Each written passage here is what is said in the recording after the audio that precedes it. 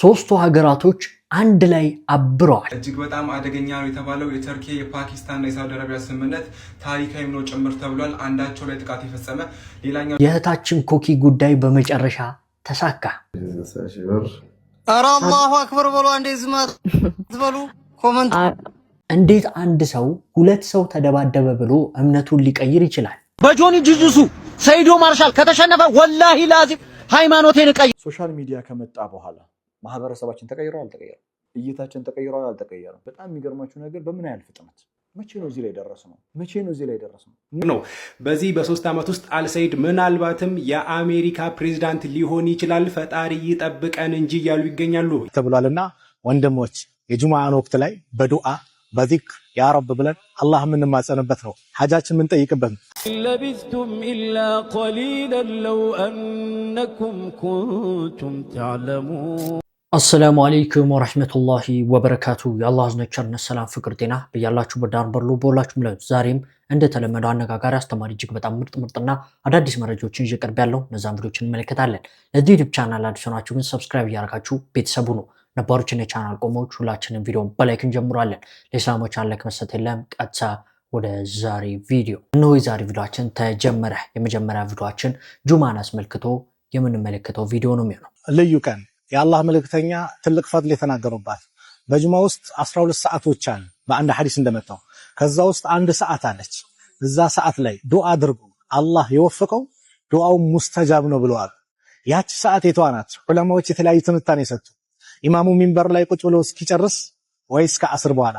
በአብዛኛው ከአስር በኋላ ያለች ሰዓት ተብሏልና ወንድሞች የጁማአን ወቅት ላይ በዱዓ በዚክር ያ ረብ ብለን አላህ የምንማጸንበት ነው። ሐጃችን የምንጠይቅበት ነው። ሐጃ የለህም? ሐጃ የለሽም እህቴ?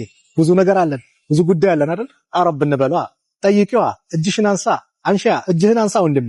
ከአላህ ዘንድ ትልቅ ምንዳ ትሩፋት የምታገኝበት ነው። አላህ ጁማችንን የተባረከ አላህ ያርግልን። ሰላም አለይኩም ወራህመቱላሂ ወበረካቱ። እንግዲህ ሁሌም ጁማ ላይ ሰለዋት ማውረድ የተወደደ ነው። በጁማ ቀን ቀጥታ ሰለዋታችን ነብዩ ሰለላሁ ዐለይሂ ወሰለም ጋር ይደርሳል። ስለዚህ ሁላችንም ኮመንት ላይ በሰለዋት ነው የዛሬ ቪዲዮ የምንጀምረው። እንደምታውቁት እንግዲህ ከአስር እስከ መግሪብ ድረስ የሚደረግ ዱዓ አላህ ሱብሓነሁ ወተዓላ ሊቀበለው የሚችልበት እድል ከፍተኛ ስለሆነ ጁማ ቀን ዱዓ ማብዛት ይጠበቅብናል እያልኩኝ እንግዲህ ሁላችሁም ሰለዋት እንዳወረዳችሁ ተስፋ በማድረግ ወደ ቀጣይ ቪዲዮ ወስዳችኋል። አሁን የምንመለከተው እህታችን ኮኪ ምን ላይ ደረሰች? ንግድ ባንክ የገባው 1,760,000 ብር ነው። ማሻአላህ ይሰማል? አዎ ይሰማል። አዎ አቢሲኒያ 77,000 ብር ነው። ቆይ አንዴ ቆይ። ማሻአላህ እስካሁን ገቢ የሆነው ነው። አዎ ካሽ 1,760,000 ብር ሲቢኢ ንግድ ባንክ 160,000 ብር 60,000 ብር 50,000 ነው ነው 60,000 ብር 1,760,000 ብር። ማሻአላህ ያ ማሻአላህ ወላሂ ደስ ይላል። 1,760,000 ብር። ኧረ አላሁ አክበር በሉ። አንዴ ዝማት ዝበሉ ኮመንት። አቢሲኒያ 77,000 ብር። አላሁ አክበር አላሁ አክበር። ፕላስ 77,000 ያልሽው? አቢሲኒያ 77,000 ብር። አቢሲኒያ ፕላስ እሺ። እና ደግሞ በሪያል በሳውዲ የገባ ነበረ 250 ሪያል እና 350 ሪያል አጠቃላይ ያ 225 ሪያል ጨምሩበት። እኔ ጋር ያለ ከህቴ ፎዚ ጀማዓችን ናትና አንድ ላይ ነገር ቶታሊ አንቺ ጋር ስንት ማለት ነው? 225 በኢትዮጵያ 10,000 ማለት ነው። ኢትዮጵያ 10,000 በሪያል ያዘው፣ በሪያል ስለሆነ የተቀበልኩት። ስለዚህ እኛ ጋር ደግሞ 350 ማለት ነው። እኔ ጋር 350 ሪያል ነው። 350 ሪያል ኦኬ። ደግሞ ያው ወደ 15,000 ነው የሚሆነው።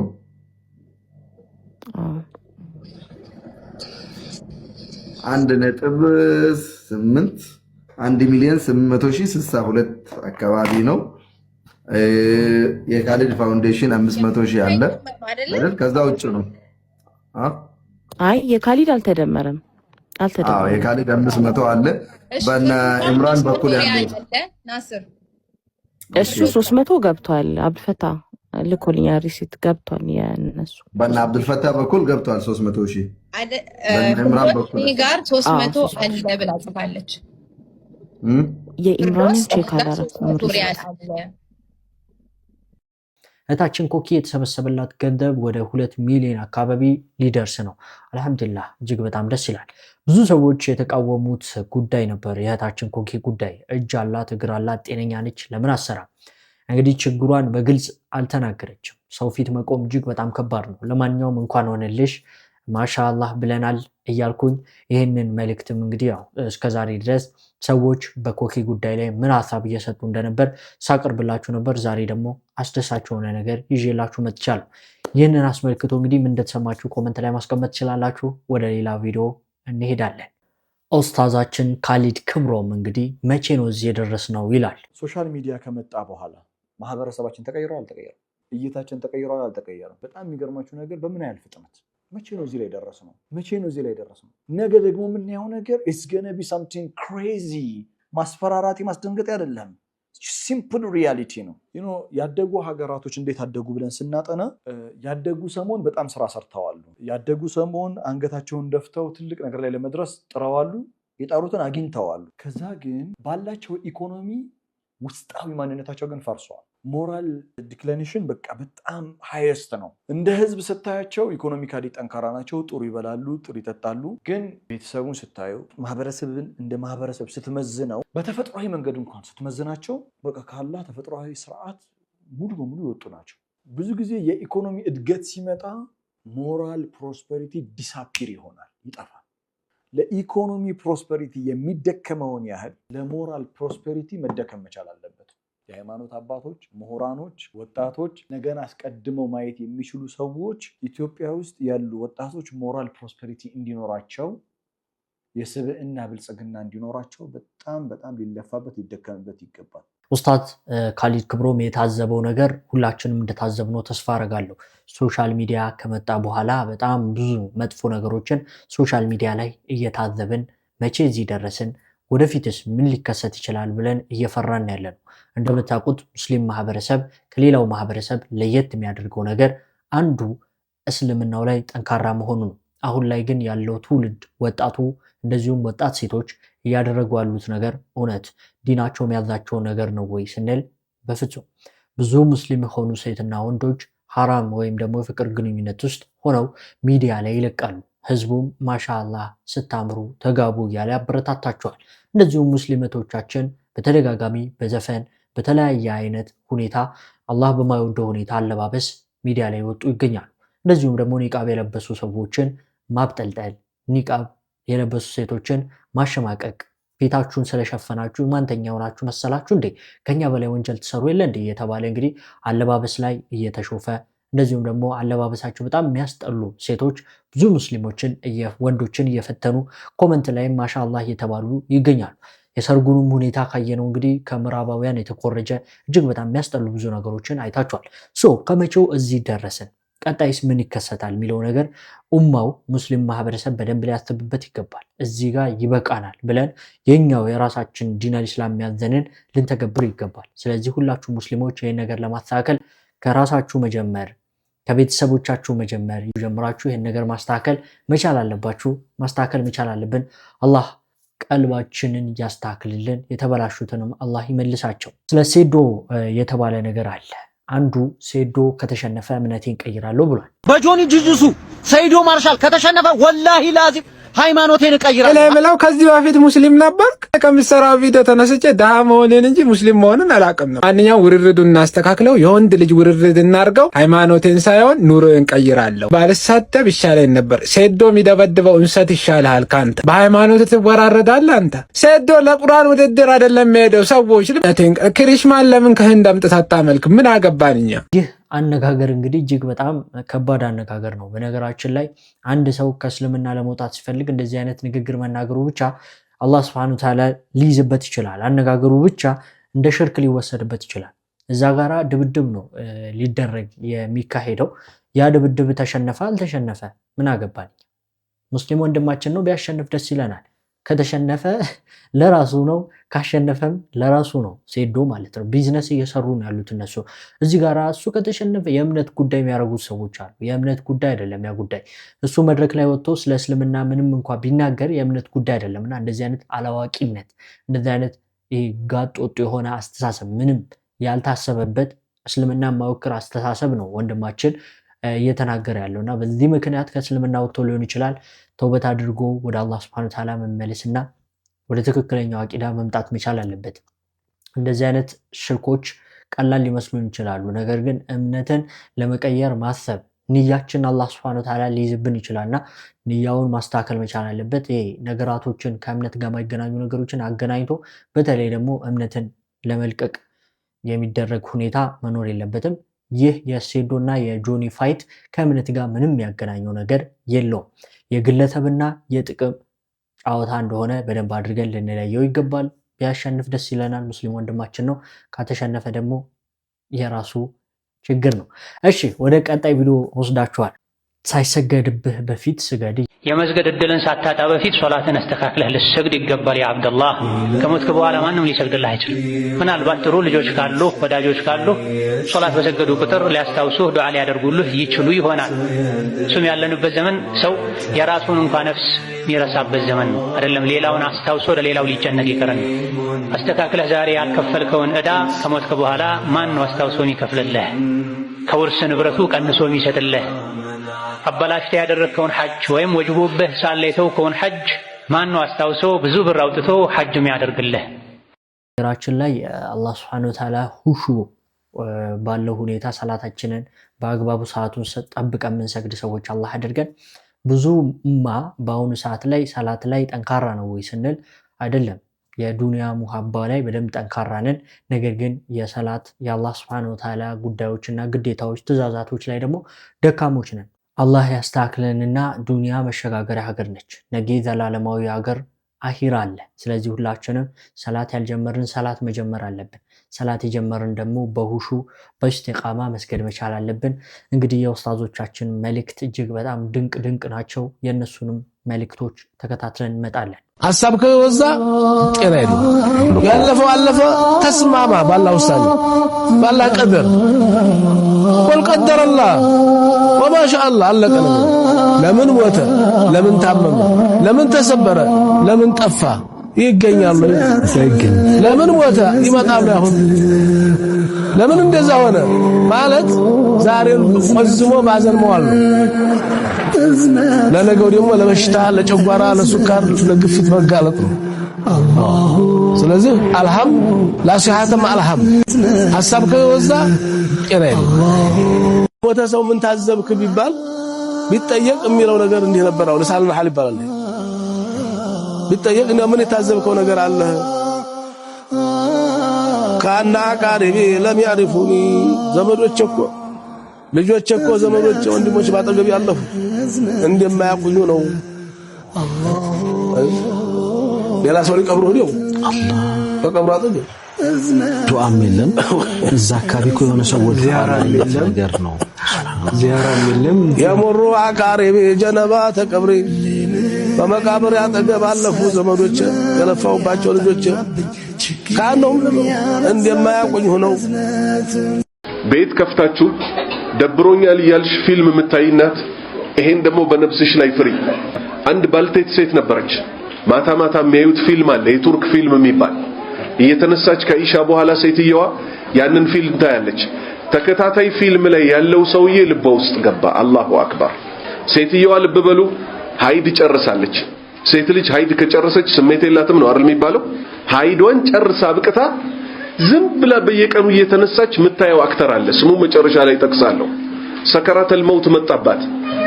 ላኢላሃ ኢላላህ ይላል። በአንድ ሰውም አይደለም፣ በጀማዓ ቤተሰብ ሊረዷት ሊያግዟት ላኢላሃ ኢላላህ በይሏታል።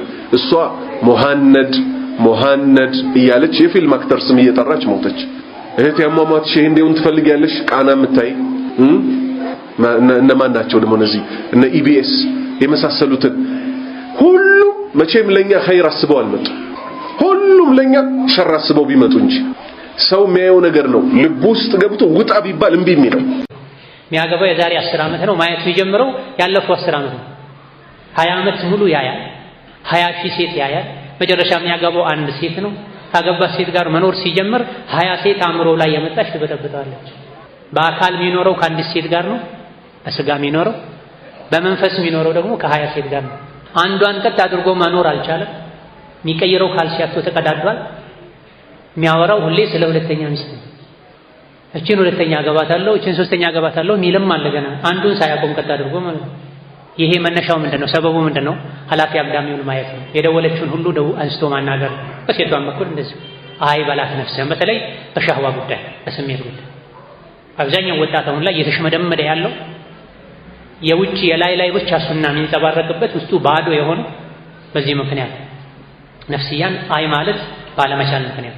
ወከዛሊክ ሌላኛው ሁለተኛው የቀልብ መሞትን መታመምን ስቦ የሚያመጣው በሽታ التعرض للفتن فتنة الشهوة وفتنة الشبهة لفتنة مقالة كفتنة قار مقاجة مفعلم مؤمن فتنان يششوال يرقوال يتلاو أورين بساتة قال اندم تفرو تيتن اندم تفرو ليبكى له يفلقن تلات اندم تتنققو فتنان ما تنققنا عليه يا صوتا فتنانم يا امنت فتنان يا عقيدة فتنان ሁለቱም ፊትና ባለንበት ጊዜ እጅጉን አስፈሪ ሆነዋል።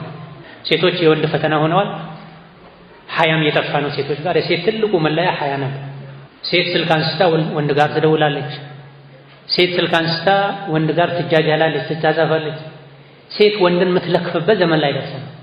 መንገድ ላይ ቆማ ባይሆንም ማታ አልጋ ላይ ተጋድማ አግብተሃል ወይ ማነህ ምንድነህ ደፍራ አትልም ሴት ልጅ ወንድን ክብሯን ጠብቃ ቤቷ ተቀምጣ በአባቷ በኩል በወንድሟ ስለተጨነቅ ቀደሩ አይቀር አንተ ጸና ስላልክ ነገሩ አይበረታም። ወኡፈውዱ አምሪ ኢለላህ ኢነላህ በሲሩን ቢልዒባድ ነገረ ስራዬን በሙሉ ወደ አላህ አስደግፌ ተዋለሁ። አላህ ይበቃል። ከአባቴም በላይ ከአጎቴም በላይ ስልጣኔም በላይ ከሀብቴም በላይ ከወዳጅ ዘመዶቼም በላይ ማን አለኝ? አላህ። ሐስቢ አላህ ወኒዕመ አልወኪል። ሰዎች የፈለጉትን ያድርጉ፣ ድከሙ ያላቸው ይድከሙ፣ ወደ አንተ ይደርሱ።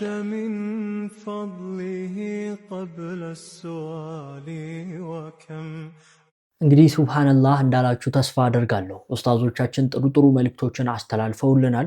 እንግዲህ በሰማነው አላህ ሱብሃነሁ ወተዓላ ምንጠቀም ያድርጋል። ሙናፊቅ የሆነ ሰው ከሌላ ሰው ጋር ሲጣላ የሆነ ጠብ ውስጥ ሲገባ ይባልጋል፣ ድንበር ያልፋል፣ የማይነሳ የድሮ ሚስጥር ያወሳል፣ ወይ ደግሞ ከርዕሱ ወጥቶ ስብዕናው ላይ ጥቃት ይፈጽማል አይደል? በዲን ስም ራሱ እንዲህ አይነት ነገሮችን የሚፈጽሙ ሰዎች ዛሬ ልታገኝ ይችላል።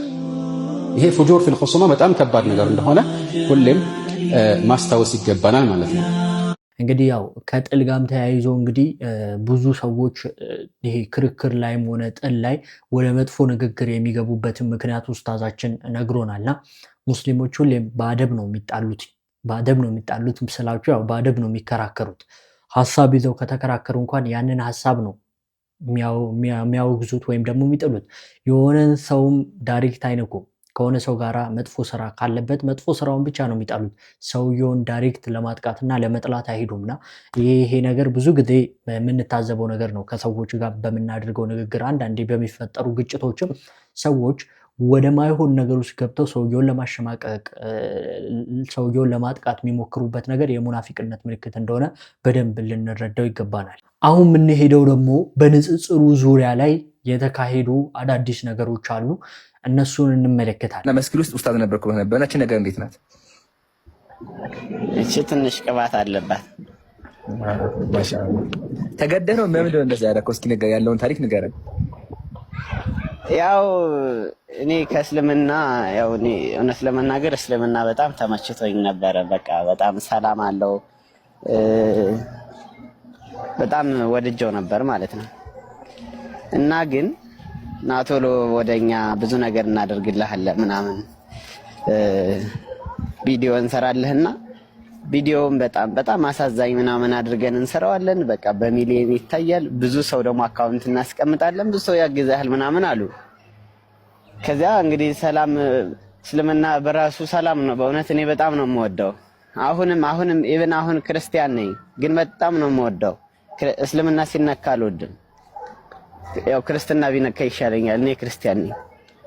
ቪዲዮ በደንብ ሼር ኮፒ ሊንክ እያደረጋችሁት አላህ ምን ጊዜም ቢሆን እውነትን ያወጣል። እዚህ ጋር የምትመለከቱ ሰውዬ ካሁን በፊት ወደ እስልምና መጥቶ ማይሆኑ ነገሮች ዘበራርቆ ነበር። ዛሬ ግን አላህ በእንደዚህ አይነት መንገድ እውነቱን አውጥቶታል። በጣም ነው የሚያሳዝነው። እስቲ ቪዲዮን በደንብ ሼር አድርጉት። ሐሳባችሁን ደግሞ ኮሜንት ላይ አስቀምጡ። እሺ ማን ፈጠረሽ? ስላሴ። ስላሴ ስንት ናቸው? አንድም ሶስትም ናቸው። በሶስትነት በስም በግብር በአካል በስም እንዴት ነው? አብ ወልድ መንፈስ ቅዱስ። ሰላም አለይኩም ወራህመቱላሂ ወበረካቱ። እንግዲህ ሰሞን ከሚዲያው በአንዳንድ ሀጃዎች ከሚዲያው ርቀን ስለነበረ ቲክቶክ ይሄን ቪዲዮ እንዳይጠፋ ሁላችሁም ሙስሊሞች አህባቢ ሁላችሁም ሙስሊሞች ይሄን ቪዲዮ በደንብ ኮፒ ሊንክ እያደረጋችሁ ጀምሩ። መግቢያ ላይ ያለውን ቪዲዮ እንደተመለከታችሁት ምንድነው አህባቢ እነዚህ ንጹሃን ነፍሶች ምንም የማያውቁ ህፃናትን እነዚህ መምህራን እየመጡ በማይሆን ነገር አእምሯቸውን ሲበክሉ እንመለከታለን። የነገውን ማንነታቸውን የነገውን ህይወታቸውን በማይሆን ነገር አእምሯቸውን ሲያበላሹበት እንመለከታለን። እርሱም እንግዲህ ምንድነው ይህች ህፃን ልጅ መምህሩ ያስተማሩትን አንዱ አምላክ ስላሴ መሆኑን መጽሐፍ ቅዱስ የማያውቀውን የክርስቲያን አባቶች ያልተስተማሩትን ኢየሱስም ሆነ ሐዋርያቱ ያልሰበኩትን እምነት መምህሯ መጥቶ አእምሯ ሲጭንባት እንመለከታለን። የኢየሱስን አምላክነት የስላሴን አንድነትና በአካል ሶስት መሆናቸው ምናምን ነገር ሲናገሩ ሰምታችኋልና ግን በዚሁ ሐሳብ ላይ ግን ኦርቶዶክሳውያን ፋሩቅ ልጅቷ ንጹህ ምንም አእምሯ ላይ ምንም ነገር የለ ህፃን ልጅ ላይ ይሄን ነገር የውሸት ነገር ያስተምሩ የጫኑባት ነው ያልከውን አንተ ነው ያዋሻው። ኦኬ አስተምሩ ውሸት ለመሆኑ ምንድነው ማስረጃ ደግሞ ካላችሁኝ ስላሴ የሚለው አስተምህሮ መጽሐፍ ቅዱሳዊ ሆነ ቅድመ ኒቃያ ላይ ቅድመ ኒቃያ የነበሩ አባቶች ያላስተማሩት አስተምህሮ ከጊዜ በኋላ የተፈበረከ ጊዜ በኋላ የመጣ እምነት ነው። ልክ ዛሬ ኦርቶዶክሳውያን ክርስቲያኖች እንደሚሉት አብ ወልድ መንፈስ ቅዱስ በግብር በስም በአካል ሶስት በመለኮት በግዥነት እንዲሁም ደግሞ በአፈጣጠር በፍቅር አንድ የሚለው አስተምህሮ ጥንታዊ አባቶችም ሆኑ መጽሐፍ ቅዱስም ነቢያቶችም ሆነ ኢየሱስም እንዲሁም ደግሞ ሐዋርያቶችም ጭምር ያላስተማሩት አስተምህሮ ነው። አላስተማሩት በፍጹም ያላስተማሩት አስተምህሮ ነው። ኢቭን አሁን አስተማሪው እንግዲህ ልጅ ሳይጫንበት ያስተማረ ትምህርት ምንድነው? በአገዛዝ በአፈጣጠርና በፍቅር አንድ ናቸው የሚል አስተምህሮ ነው ስላሴ አይደለ። መጽሐፍ ቅዱስ ግን ያስተምርም። መጽሐፍ ቅዱስ ወልድ ፍጡር መሆኑን ነው የሚያስተምረው። በዮሐንስ ራእይ ምዕራፍ 3 ቁጥር 14 ላይ በሎዶቅያ ወዳለው ወደ ቤተክርስቲያን መልአክ እንዲህ ብለህ ጻፍ፣ አሜን የሆነው የታመነውና እውነተኛው ምስክር በእግዚአብሔርም ፍጥረት መጀመሪያ የነበረው ይላል። ምን አለ? የእግዚአብሔር ፍጥረት መጀመሪያ የነበረው ይናገራል። የመጀመሪያ እግዚአብሔር ፍጡር መሆኑን ይናገራል። ወልድ ማለት ነው። እንዲህ መጽሐፍ ምሳሌ ምዕራፍ 8 ቁጥር 22 ላይም ደግሞ ምን ይናገራል? ምድር ሳይፈጠር አስቀድሞ ከዓለም በፊት ፈጠረኝ ይናገራል። ገዙ የምትመለከቱት ማለት ነው። ስለዚህ ኢየሱስ ክርስቶስ ወልድ ፍጡር እንጂ ፈጣሪ በፍጹም አይደለም። ስለዚህ ዛሬ ስላሴያውያን መጥተው እንደሚሰብኩን ፈጣሪ በፍጹም አይደለም። ከዛም ባለፈ እንደው ፋሩቅ እኮ መጽሐፍ ቅዱስን አንተ ነህ ሚስ ኢንተርፕሬት ያደረከው ወይም ደግሞ በውሸት እየተረጎምከው እንዳትሉኝ ደግሞ ቀደምት አባቶች ይሄን አስተምሮ ነው ያስተማሩት። ለምሳሌ ከነዛ መካከል ኦሪገን በኮሜንታሪ ኦን ዘ ጎስፔል ኦፍ ጆን የዮሐንስ ወንጌልን ኮሜንታሪ የሰጠበት ወይ ደግሞ ባብራራበት መጽሐፉ ላይ ምን ያለ ይናገራል ቃል በቃል እንግሊዝኛው ፊት ለፊት እንደምትጠፍላችሁ we consider therefore that there are three hypostases አለ because the Father, the Son, and the Holy Spirit. At the same time, we believe nothing to be uncreated but the Father. ምን አለ? ስለሆነም ሶስት አካላት ወይ ደግሞ ሃይፖስታሲስ እንዳሉ እንቆጥራለን አለ። እነርሱም አብ፣ ወልድና መንፈስ ቅዱስ ናቸው አለ። በተመሳሳይ ጊዜ አብ ከአብ በቀር ምንም ያልተፈጠረ ወይም ያልተገኘ እንደሌለ ደግሞ እናምናለን አለ። ምን አለ? ከአብ በቀር ያልተፈጠረና ያልተገኘ እንደሌለ እናምናለን አለ። ሶስቱ ግን ምድራቸው አለ ከሶስቱ ሶስት አካላት እንዳለው ከተቀሰ በኋላ ምን አለ? ከአብ በስተቀር ያልተፈጠረ የለም አለ። ወልድም መንፈስ ቅዱስ ምድራቸው ማለት ነው ፍጡር ናቸው። ግን ስላሴ አምረው የሚሉት አብ ወልድ መንፈስ ቅዱስ ፈጣሪ እንጂ ፍጡር አይደሉም ያሉ ነው የሚገኙት። ቀደምት አባቶች ግን ቃል በቃል ፍጡር መሆናቸው የተናገሩት። ከዛም ባለፈ ጄሮም ኦሪገንን እንደው ክርስቲያንስ ቢቢሲ ያደረገው የኦሪገን አሳሽ ተክሰል ይናገራል። ደሰን አለ ኦኬ ደሰን he state is inferior to the Father in as much as he is second in the Father first and the Holy Spirit which dwells in all the saints is inferior to the Son ይናገራል። ምን አለ? ወልድ ከአብ ያንሳል ምክንያቱም እርሱ ሁለተኛ ሲሆን አብ ደግሞ መጀመሪያ ነውና። በቅዱሳን ሁሉ ውስጥ የሚኖረው መንፈስ ቅዱስ ደግሞ ከወልድ ያንሳል። በተመሳሳይ መንገድ የአብ ኃይል ከወልድ ከመንፈስ ቅዱስ ኃይል ይበልጣል አለ። ቅድም እንግዲህ መምህሩ ያለትን ልጅ ተስናገር ያለችው አብ ወልድ መንፈስ ቅዱስ በኃይል አንድ ናቸው ብሏል። ግን ኦሪገን ምን አለ? አብ ወልድ መንፈስ ቅዱስ አብ ከወልድና ከመንፈስ ቅዱስ በኃይል የተሻለ ነው። አብ አንደኛ ነው፣ ወልድ ሁለተኛ ነው፣ መንፈስ ቅዱስ ደግሞ ሶስተኛ ነው። ደረጃ ይሰጣቸዋል። ዛሬ ስላሴ ያው ኦርቶዶክሳዊ ታምናላችሁ ይሄን ነገር አታምኑ። ግን በሚገርም ሁኔታ ቀደምት አባቶች ይሄን ነበር ሲሰብክ የነበረው። ኢግናሽስን ብንመለከት በሌተሩ ላይ ቃል በቃል ወልድ ፍጡር መሆኑና ሁለተኛ አካል መሆኑ ሲናገር እንመለከተዋለን። እንደው ፋሩቅሽ እንዳልከው ከሆነና መጽሐፍ ቅዱስ የማያስተምር ከሆነና ቀደምት አባቶችም የማያስተምር ከሆነ ስላሴ ኪት መጣ ደግሞ ካላችሁ ከጥንታውያን ጣዖታውያን ዘንድ የተከሩት እምነት ጥንታውያን ጣዖታውያን ዘንድ የተኮረጀ እምነት እንጂ ስላሴ አዲስ የመጣ እምነት አይደለም። ኦኬ ከጣዖታውያን ዘንድ የተቀዳ እምነት ለምሳሌ በቀደምት ሮማን ስላሴ ለምሳሌ ብንመለከት ጋድ ሎጎስ እና ሆሊ ጎስት ይባላል። ፊት ለፊት እንደምንጥፍላቸው አምላክ ቃልና መንፈስ ተብሎ ልክ ዛሬ ስላሴ እንደሚያመልኩት ሶስት አምላክ ያመልኩ ነበር። ግብጻውያን ስላሴ ብንመለከት ኦሳይረስ፣ አይሳስና ሆረስ ተብሎ ሶስት አምላክን ያመልኩ ነበር። እንዲሁም ደግሞ ፋሪሳውያን ብንመለከት የአምላክ ልጅና መንፈስ ብለው ያመልኩ ነበር። ኦኬ አህሪማን፣ ሚትራስና ኦርማስያስ ተብሎ ያመልኩ ነበር። ኢቭን ህንዱይዝምን ብንመለከት ሶስት አምላክን ሲገዙ ነው የምንመለከት። ስለዚህ ይህ አዲስ አስተምህሮ ሳይሆን ከጣዖታውያን ተከሩት ከመድብለ አማልክት ተከሩት የመጣ እንጂ አዲስ አስተምህሮ እንዳልሆነ ሁላችሁም መገንዘብ አለባችሁ። ያለው ሰላም አለይኩም ወራህመቱላሂ ወበረካቱ። እንግዲህ ይህ ወገናችን ቃሌ ማለት ነው የውይይት ጥሪ እያለ ያዙኝ ልቀቁኝ እያለ ነው። እስኪ ምን እያልከነ ነው እንስማ እስኪ። በፊትም ቤኪ ሻሸመኔ ቤት ገብቼ አንስቼዋለሁ ይሄን ጉዳይ ማለት ነው። ነገረ ክርስቶስ ላይ ከኔና ከዳኒ ጋር አሁንም ዲቤቱ እኔ ጋር ኦን ዘ ቴብል ነው። ይሄ በግሌ ነው። አሁን ከቲሙ ጋር አላወራሁም። እንደ ወገናችን ቃል ይችን የውይይት ጥሪ ስታቀርባት እንኳን ቢቀርብ ይሻል ነበረ። ምክንያቱም የተቀበለ ሰው አደገኛ ስለሆነ ማለት ነው። አብዱልከሪም የውይይት ጥሪን ተቀብሏል። በሚገርም ሁኔታ ቻናሉ ላይ ፖስቶታል ማለት ነው። እንግዲህ ይችን 22 ሰው ይዘህ ማለት ነው ወገናችን ቃሌ ኦዲየንስ 22 ሰው ስለማያልፍ ይዘህ እነዚያን 22 ሰዎች ተከትለው እንዲመጡ ምንገራቸው እንዳትቀር ፕሊዝ እንዳታሳፍረን። አብዱልከሪም የውይይት ጥሪውን ተቀብሏል። አደራን ቃሊ ባይሆን አብዱልከሪም ከዳንኤልም ጋር እንደሚወያይ ያስቀምጧል ማለት ነው። እንግዲህ ያዙ ይልቀቁኝ የምትሉ ዳንኤልና ወገናችን ቃሊ ሁለታችሁም 2v1 ከአብዱልከሪም ጋር መወያየት ትችላላችሁ እንደ ሀሳብ ማለት ነው። ያ ሁለታችሁም ብትመጡ አይደለም ሁለታችሁም ቄስና ጳጳስ ተደራርቦ ቢመጣ አብዱልከሪም ጋር እንደማይወያይ እናውቃለን። ግን እባካችሁ እንዳታሳፍሩን ኑቶሎና ተወያዩ ፕሊስ። እንግዲህ ንጽጽሩ ላይ ትልቅ የሆነ ተጽዕኖ እየፈጠሩ ይገኛሉ። ብዙ ሙስሊም ያልሆኑ ሰዎች ስለ እስልምና በደንብ እየተረዱ ይገኛሉ። ከራሳቸው እምነት መጽሐፍ ቅዱስም እንደዚሁም ቁርአን እንግዲህ አንድ ላይ ያደረጉ ጥሩ ትምህርቶችን እያስተማሩ ይገኛሉ። ልጆችን የመበከል ሴራ ላይ ደግሞ እኚህ ካፊሮች በጣም እየሰሩ ነው ያሉት። አክቹዋሊ አይደለም ህፃናቶች በትልቅ አይምሮ እንኳን ለመያዝ የሚከብደውን የስላሴ ጽንሰ ሀሳብ እንግዲህ ህፃናቶች ውስጥ ለማስረጽ እየተሞከረ ያለበት ሁኔታ አለ። ነገሩ እንኳን ህፃናቶች ትልቅ ሰው እንኳን በስነስርዓቱ ሊገባው የሚችለው አይነት ትምህርት አይደለም። ወንድሞቻችን ጥሩ የሆነ ነገር አስተላልፈውልናል። አሁን የምንሄደው ወደ ውጭ መረጃ ይሆናል። ከውጭ በጣም አስደሳች ነገር ሰምተናል። እንግዲህ 3ቱ ሀገራቶች በቁርስ እንግዲህ እንደማይደራደሩ እየተናገሩ ይገኛሉ። ለሱኒው ዓለም በጣም ጸድ የተባለ ሰበር ዜና ዛሬ ተሰምቷል። ተርኪ የፓኪስታንና የሳውዲን ዲፌንስ አግሪመንት በዛሬው ዕለት እንደምትቀላቀል ታውቋል።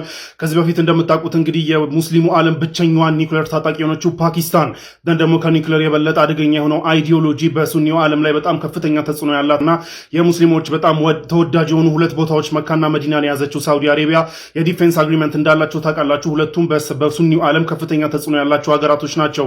እነዚህ ሀገራት እንግዲህ አታክ ኦን ዋን ኢዝ አን አታክ ኦን ኦል በሚለው ዲፌንስ አግሪመንት አላቸው። አንዳችን አታክ ከተደረገን ሌሎች ሁላችንም አታክ እንደተደረግን ቆጥረን ወደ ጦርነት እንገባለን የሚል የኔቶ አይነት አግሪመንት ነበራቸው። ይህንን አግሪመንት የተፈራረሙት ከወራት በፊት የነበረ ቢሆንም እንግዲህ ቱርኪ ዲል ላይ ነች፣ ስምምነት ላይ ነች፣ ኦር ውይይት ላይ ነች፣ ወደዚህ አግሪመንት ለመግባት ውይይት ላይ ነች ሲባል ነበረ። አሁን እንግዲህ በዛሬው ዕለት እንግዲህ የሱኒው ዓለም ሌላኛዋ ሀያል እና የኔቶ ሁለተኛ አገር የሆነችው እንዲሁም ደግሞ በሱኒው ዓለም በጣም ከፍተኛ ተጽዕኖ ያላትና በመሳሪያ በማምረትም ጦር ጀቶች በማምረት ድሮኖች በማምረት እንዲሁም ደግሞ በከፍተኛ በሰራዊት ቁጥርም ከፍተኛ የምትባለው ተርኪ በዛሬው ዕለት እንግዲህ ጅዳ ላይ ተገናኝተው እነዚህ 3 ሀገራት ይህንን ፍርርም ያደርጋሉ። ቱርኪ ኦፊሻሊ ትቀላቀላቸዋለች የተባለ ነው። ይህም የሱኒ ሀገራትን የበለጠ ዲፌንሳቸውን የበለጠ ከፍ የሚያደርግ ነው፣ እንዲሁም ዩኒቲያቸውን የበለጠ ከፍ የሚያደርግ ነው እየተባለ ነው ያለው። እነዚህ 3 ሀገራት ከዚህ በፊት ሳውዲና ፓኪስታን ጥሩ ሪሌሽን ያላቸው ቢሆንም በሳውዲና በቱርኪ መካከል ግን በተለይ በጀማል ካሾጂ መገደል በኋላ የተወሰኑ መንገራገጮች ነበሩ። አሁን ግን ያ ሁሉ ተረስቶ እንግዲህ እነዚህ ሶስት ሀገራት በአናታኮን ዋን የዘነታኮን ኦል አንዳችን ከተነካን ሁላችንም እንደተነካን አድርገን ጦርነት እንገባለን የሚል የኔቶ አይነት የሱኒው ዓለም የኔቶ እየመሰረቱ ነው ያሉት። ሰው ሌሎች ሀገራቶችም ይቀላቀላቸዋል ተብሎ ይጠበቃል። በተለይ አሁን ኔክስት የምትጠበቀው ግብጽ ነች። ግብጽም እንደምታውቁት ሚድልስ ላይ በጣም ሀያል ከሚባሉ ሚሊተሪዎች አንዷ ግብጽ ነች እና ግብጽም ትቀላቀላቸዋለች የሚል ወሬ ገና አለ። ግን አሁን በዛሬው ዕለት ግን ጅዳ ላይ ተገናኝተው እንግዲህ ተርኪም ትቀላቀላቸዋለች ተብሏል። ኦልሬዲ የፓኪስታኑ መሪ ሻህባዝ ሸሪፍ ኦልሬዲ ሳውዲ ነው ያሉት፣ ዑምራ እያደረጉ ነበረ። የቱርኪው መሪ ረሲፕ ጠይብ ኤርዶጋን ደግሞ ዛሬ ይገባሉ። ዛሬ ገብተው እንግዲህ ዛሬ ጁምዓ በጅዳ ከተማ ላይ ፍርርሙ ይካሄዳል። ተርኪም ኦፊሻሊ ትቀላቀለዋለች ተብሏል ማለት ነው። የመካ ስምምነት በይፋ ተፈርሟል። እጅግ በጣም አደገኛ ነው የተባለው የተርኪ የፓኪስታንና የሳውዲ አረቢያ ስምምነት ታሪካዊም ነው ጭምር ተብሏል። አንዳቸው ላይ ጥቃት የፈጸመ ሌላኛቸው ላይ ጥቃት እንደፈጸመ የሚቆጠርና አንዳቸው ለአንዳቸው ሊያግዙ የተፈረሙበት እጅግ በጣም ምርጥ የተባለ ጥምረት ሆኗል። ይህ ለሙስሊሙ ዓለም ወደፊት እጅግ በጣም አሪፍና ጥሩ ነገር ይዞ ይመጣል ጭምር የተባለ ስምምነት ነው። ሳውዲ አረቢያ መካ ውስጥ የተከናወነው ይህ ስምምነት የመካ ስምምነት ሲባል ስያሜ ተሰጥቶታል። ከዚያ በፊት በሰራሁላችሁ ቪዲዮ እንደነገርኳችሁ የፓኪስታን ጠቅላይ ሚኒስትር የሆኑ ሻህባዝ ሸሪፍ ወደ ሳውዲ አረቢያ እንደገቡና እንግዲህ መካን እንደዘየሩ ጠዋፍ እንዳደረጉ ጭምር ነግሬያችሁ ነበረ። ከዛ ባሻገር ደግሞ የተርኪው ፕሬዚደንት የሆኑት ረሲፕ ጠይብ ኤርዶጋን ወደ ሳውዲ አረቢያ እንደሚገቡ ነግሬያችሁ ነበረ። ጁምዓም ደግሞ አብረው መካ ላይ ሊሰግዱ እንደሚችሉ እነዚህ ሁሉ ትልልቅ ባለስልጣናቶች ነግሬያችሁ ነበረ። ታዲያ መካ ላይ በተገኙበት ይህንን ፊርማ ስነስርዓት ፈጽመዋል። በሶስቱ ሀገራቶች መካከል የተከናወነው ይህ እጅግ በጣም ታሪካዊ የተባለ ስምምነት ለሙስሊሙ ዓለም ትልቅ ነገር ይፈጥራል ነው የተባለው። አስቀድሜ ከጁምዓ በፊት በሰራው ቪዲዮ እንደነገርኳችሁም በፍልስጤማውያን ጉዳይ እጅግ በጣም ጠንካራ የተባለ መግለጫዎችንም አውጥቶ ነበረ። ተርኪ ወይም ደግሞ የቱርክ መንግስት በፍልስጤማውያን ጉዳይ አንደራደርም፣ በአክሳ ጉዳይ ላይ ከእንግዲህ ወዲህ ምንም አንደራደርም ማለታቸውን ነግሬያችሁ ነበረ። ከዚህም ባሻገር ደግሞ ሳውዲ አረቢያም እንግዲህ ምስራቅ ኢየሩሳሌምን ዋና ከተማ ያደረገች ፍልስጤምን እውቅና ስጣል ወይም ደግሞ የምናውቀው እሷ ነው ሲሉ መናገራቸውን አሳውቂያችሁ ነበረ። ታዲያ እነዚህ ሀገራቶች የፈጸሙት ስምምነት እጅግ በጣም ተስፋ ሰጪና ብዙ ነገሮችን መፍጠር የሚችል ነው ተብሎለታል ማለት ነው። እንግዲህ ከመካ ከዛው እነሱ ከሰገዱበት ተላለ ቪዲዮ ሰርች ነበረ እዚህ ጋር እንዳያስኩላችሁ። ነገር ግን ዋናው ቪዲዮ ድምፁ ብዙም አይመስጥም ነበር። በድጋሚ እዚህ ጋር መጥቼ ሰርቼዋለሁ። ኤኒዌይስ የመካ ስምምነት ለሙስሊሙ ዓለም ትልቅ ነገር እንዲፈጥር እኔ ምኞቴ ነው። ለእነዚህ ለፍልስጤማውያን ሆነ ለሁሉ ሙስሊም ዓለም ትልቅ ነገር እንዲያመጣ እንግዲህ ዱዓዬ ነው ትላለህ። እነዚህ ሶስት ሀገራት በዛሬው ዕለት ከባድ የተባለ ወታደራዊ ስምምነት መፈራረማቸው ነው የተነገረው። ዛሬ በመካ በተደረገው የዚህ ስምምነት ላይ ቱርክ፣ ሳውዲ አረቢያና ፓኪስታን ተሳትፈዋል። ሶስቱም ሀገራት አንዱን ሊጠብቅ ነው ይህ ሁኔታ የተፈረመው ተብሏል። ሶስቱም ሀገራት በወታደራዊ ትብብር ደህንነታቸውን ለማስጠበቅ ሲሉ ነው ይህንን ስምምነት የተፈራረሙት። ፓኪስታን እንደሚታወቀው የኑክሌር ጦር መሳሪያ የታጠቀች ሀገር ናት። ቱርክም የኔቶ አባል ነች። ሳውዲ አረቢያን በሀብቷ ከፍ ብላ የምትጠራ ሀገር ነች። እነዚህ ሶስት ሀገራት ናቸው በዛሬው ዕለት የመካ ስምምነትን የተፈራረሙት። በዚህ ስምምነት የቅርብ ተጠቃሚ ሳውዲ አረቢያ እንደሆነችም መረጃ ያመለክታል። ሳውዲ ከሁቲ እየተሰነዘረባት ያለውን ጥቃት እነዚህ ካሁን የተፈራረሙት ሀገራት ማለትም ቱርክና ፓኪስታን ከሷ ጎን ሆነው ያስቆማሉ ተብሎ ተስፋ ተጥሎባቸዋል። እንግዲህ የውጭ መረጃዎች እንደተከታተላችሁ ነው። በጣም ደስ ይላል እንደዚህ አብሮ መስራታቸው። ምክንያቱም ከዚህ በፊት ተከፋፍለው ብዙ ጊዜ አይተናቸዋል። አንድ መሆን የሙስሊሞች የአረብ ሀገራቶች አንድ መሆን ለሙስሊም ማህበረሰብ እጅግ በጣም ጠቃሚ ነው። ከዚህ በኋላም እንግዲህ አብረው ቢሰሩ ብዙ ለውጦችን ያመጣሉ ለሙስሊሙ ማህበረሰብ አብረው ተጋግዘው ከሰሩ ማለት ነው። ሁላችንም እንግዲህ ዱዓ ልናደርግበት ይገባል። ይህ እጅግ በጣም ደስ የሚል ጥሩ የሚባል ዜና ነው። ሌሎች የውጭ መረጃዎችንም እንከታተልና የዛሬ ቪዲዮአችንን እንጨርሳለን።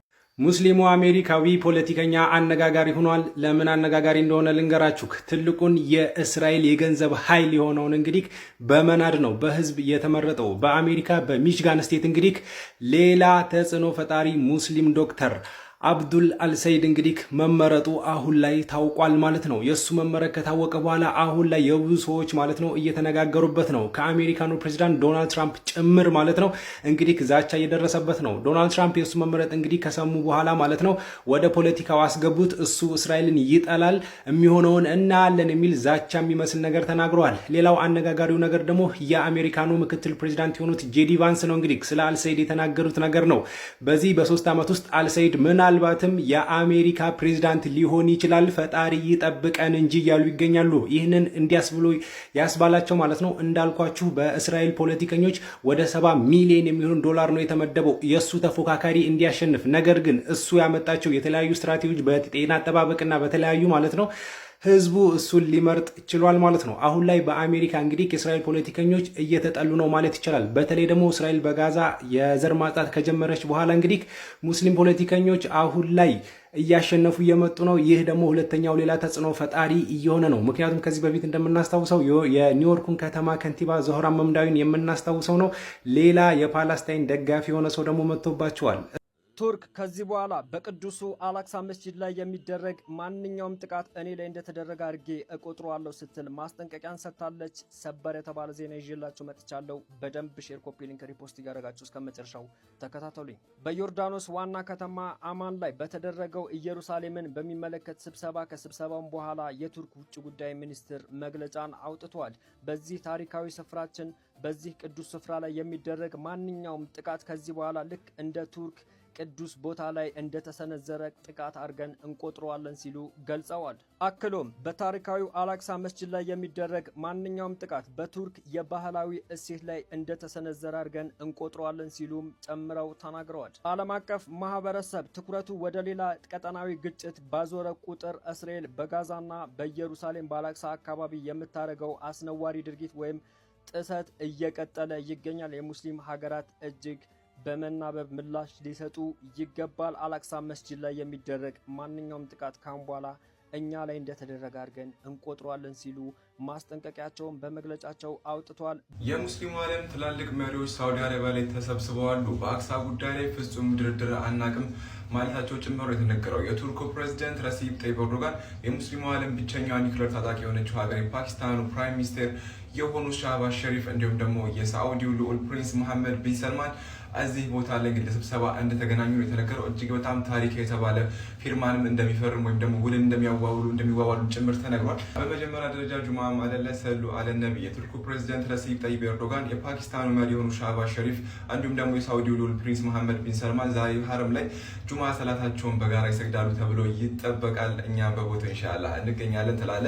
ታዲያ ጠዋት ላይ ወይም ደግሞ የሱብሂ ሰላትን እኛም ቦታው ላይ በተገኘንበት የጠቅላይ ሚኒስትር ሻህባዝ ሸሪፍ ፓኪስታኑ ከመከላከያ ሚኒስትራቸው ጋር ሆኖ እዚህ ጋር የምትመለከቱት መልኩ ውስጥ ላይ ሲጎበኙ ወይም ሲዘይሩ ዱዓ ሲያደርጉ ነበረ። እኛን ከውጭ አድርገው ትላለን። ኢትዮጵያን ወክዬ ውስጥ በጋ ምን ነበረበት ኤኒዌይስ ከውስጣቸው ሲያደርጉ ነበረ። እኛን ደግሞ ከውጭ ከሌለውን በውጭ በኩል ሲደረግ ነበረ። ጥብቅ ቁጥጥርም ጭምር እንደነበረ ታይቷል ማለት ነው። ታዲያ የቱርኩ ፕሬዝዳንት ጉብኝት ሊያደርጉ ይችላሉ ተብሎ ይጠበቃል። እነዚህ ሀገራቶች አንዱን የነካ ሌላኛው እንደነካ ነው፣ አንዱ ላይ ጥቃት የተፈጸመ ሌላኛው ጥቃት እንደፈጸመ ነው ብለው የሶስትዮሽ ትሪቲ ወይም የሶስትዮሽ ስምምነት ያደርጋሉ ነው የተባለው። እንደምታውቁት ፓኪስታን ባላት የኒኩለር ዌፐን የምታወቅ ሀገር ነች። ከሙስሊሙ ዓለም ብቸኛው ኒኩለር ዌፐን የታጠቀችው ሀገር ነች። እንደ ቱርክን ነገር ደግሞ የድሮኗ ቴክኖሎጂ ያላት ቴክኖሎጂካል ነገር የምታውቁት ነገር ነው። ሳውዲ አረቢያን ቢሆን ደግሞ በነዳጇን ባላትም ደግሞ የገንዘብ አቅም መሰል ነገሮች ትታወቃለች። ታዲያ በእነዚህ ሶስት ሀገሮች መካከል የሚደረገው ስምምነት እጅግ በጣም ጠቃሚና መካከላቸው ያለውን አንድነት የሚያጠናክር ለእርስ በርስ መደጋገፍ የሚያግዛቸው ነው ተብሎ ተነግሯል። ታዲያ በትናንትናው ዕለት ተርኪ አክሳ ላይ የሚደርስ ማንኛውም ጥቃት ወይም ማንኛውም አይነት ጥቃቶች እኛ ሀገር ላይ እንደደረሰ ነው ብላ ያላትን አቋም አሳውቃ ነበረ። ከዚህ ባሻገር ሳውዲ አረቢያ ደግሞ ሙስሊሙ ዓለም ሊነቃ ይገባል፣ አክሳ ላይ የሚፈጸሙ ታሪካዊ ነገሮች እጅግ በጣም ሊያሳስቡት እንደሚገቡ እንግዲህ ተናግራለች ማለት ነው። ታዲያ በእነዚህ ሶስት ሀገሮች መካከል የሚደረጉ ንግግሮች ይህንንም የአክሳንም ጉዳይ ፍልስጤማውያን ጉዳይ እንደሚጨምር እየተነገረ ነው የሚገኝ። ታዲያ እነዚህ ሶስቱ ትላልቅ መሪዎች አሁን በፍልስጤም ጉዳይም ሆነ በሌሎች ጉዳይ ላይ እንደዛቱት ያደርጋሉ ወይ እንደዛቱት በአብሮነት በአንድነት ይቀጥላሉ የሚለው የሚታይ ነው የሚሆነው። ኤኒዌይስ ይህንን ውል ሊዋዋሉ በዛሬው ዕለት እንግዲህ ሳውዲ ላይ እንደሚገኙ የተነገረው የቱርኪው ፕሬዝዳንት ረሲፕ ኤርዶጋን በዛሬው ዕለት ጨርሶ ወደ ሀገሩ ይመለሳል የተባለ ሲሆን ሻህባዝ ሸሪፍ ደግሞ ከነገ በስቲያ ወይም ደግሞ ቅዳሜ ማለት ነው ነገ ማለት ነው ቅዳሜ ወደ ሀገሩ ሊመለስ እንደሚችል የሶስት ቀን ጉብኝት እንደያዘ ነው የተነገረው። እኛ ደግሞ ኢትዮጵያውያኑ ቦታው ላይ የተገኘ ነው ትላለ እሁድ እንመለሳለን ማለት ነው። ለጭቡ ያህል ነው። ኤኒዌይስ እነዚህ ሶስት ሀገራቶች መካከል ጠንካራ የተባለ ስምምነት ይደረጋል ማለት ነው። ይህ ላደርሳችሁ ብዬ ነው። የዛሬ ቪዲዮ ይህን ይመስል ነበር። ሳይድ ነበር ቪዲዮ ላይክ፣ ቻናል ሰብስክራይብ አድርጉ። ቪዲዮ መተላልፍ ሻም ዳሼር አድርጉ። አላህ በጀንታ አገናኘን። ወሰላሙ አለይኩም ወራህመቱላሂ ወበረካቱ።